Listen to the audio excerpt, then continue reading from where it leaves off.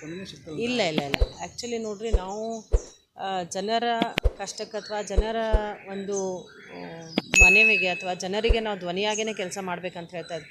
ಯಾಕಂದ್ರೆ ಮಹಾನಗರ ಪಾಲಿಕೆ ಅಂತಂದ್ರೆ ಜನರಿಗೆ ಸೇವೆ ಕೊಡುವಂಥ ಒಂದು ಸಂಸ್ಥೆ. ಸೊ ಹಾಗಾಗಿ ಜನರಿಗಾಗಿ ನಾವು ಸೇವೆಯನ್ನು ಮಾಡುವಂಥ ನಿಟ್ಟಿನಲ್ಲೇ ನಾವು ಇಲ್ಲಿ ಬಂದು ನಾವು ಕೆಲಸವನ್ನು ಮಾಡ್ತಾಯಿದ್ದೇವೆ. ನೀವು ಹೇಳಿದಾಗೆ ನಾವು ಶೌಚಾಲಯಗಳನ್ನು ಈಗ ಒಂದು ಹೊಸ ಕಾನ್ಸೆಪ್ಟನ್ನು ತೆಗೆದುಕೊಂಡು ಬಂದೇವೆ. ಏನಂತಂದ್ರೆ ನೀರಿಲ್ಲದೇ ನಾವು ಮೂತ್ರಾಲಯಗಳನ್ನು ಸೃಷ್ಟಿ ಮಾಡುವಂಥ ಒಂದು ಕೆಲಸವನ್ನು ಮಾಡ್ತಾಯಿದ್ದೇವೆ. ನಾವು ಬೆಂಗಳೂರಿನ ಕಂಪ್ನಿ ಒಂದು ಪ್ರೈವೇಟ್ ಕಂಪ್ನಿ ಜೊತೆ ಮಾತಾಡಿ ನಾವು ಕೆಲಸಗಳನ್ನ ಮಾಡ್ತಾಯಿದ್ದೇವೆ.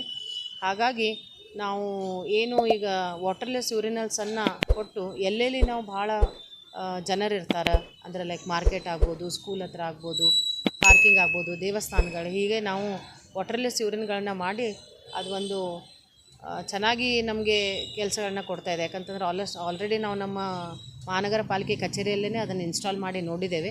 ಸೊ ಹಾಗಾಗಿ ಇನ್ನು ಮುಂಬರುವ ದಿನಗಳಲ್ಲಿ ಎಲ್ಲ ಕಡೆಯೂ ನಾನು ಎಲ್ಲಿ ಜನನಿಬಿಡ ಪ್ರದೇಶ ಇರ್ತೈತಿ ಅಲ್ಲಿ ವಾಟರ್ಲೆಸ್ ಯೂರಿನಲ್ಸ್ ಮಾಡುವಂಥ ವ್ಯವಸ್ಥೆ ಮಾಡಿ ಎಲ್ಲರಿಗೂ ಅನುಕೂಲ ಆಗುವ ದೃಷ್ಟಿಯಲ್ಲಿ ಕೆಲಸವನ್ನು ಮಾಡ್ತೀನಿ.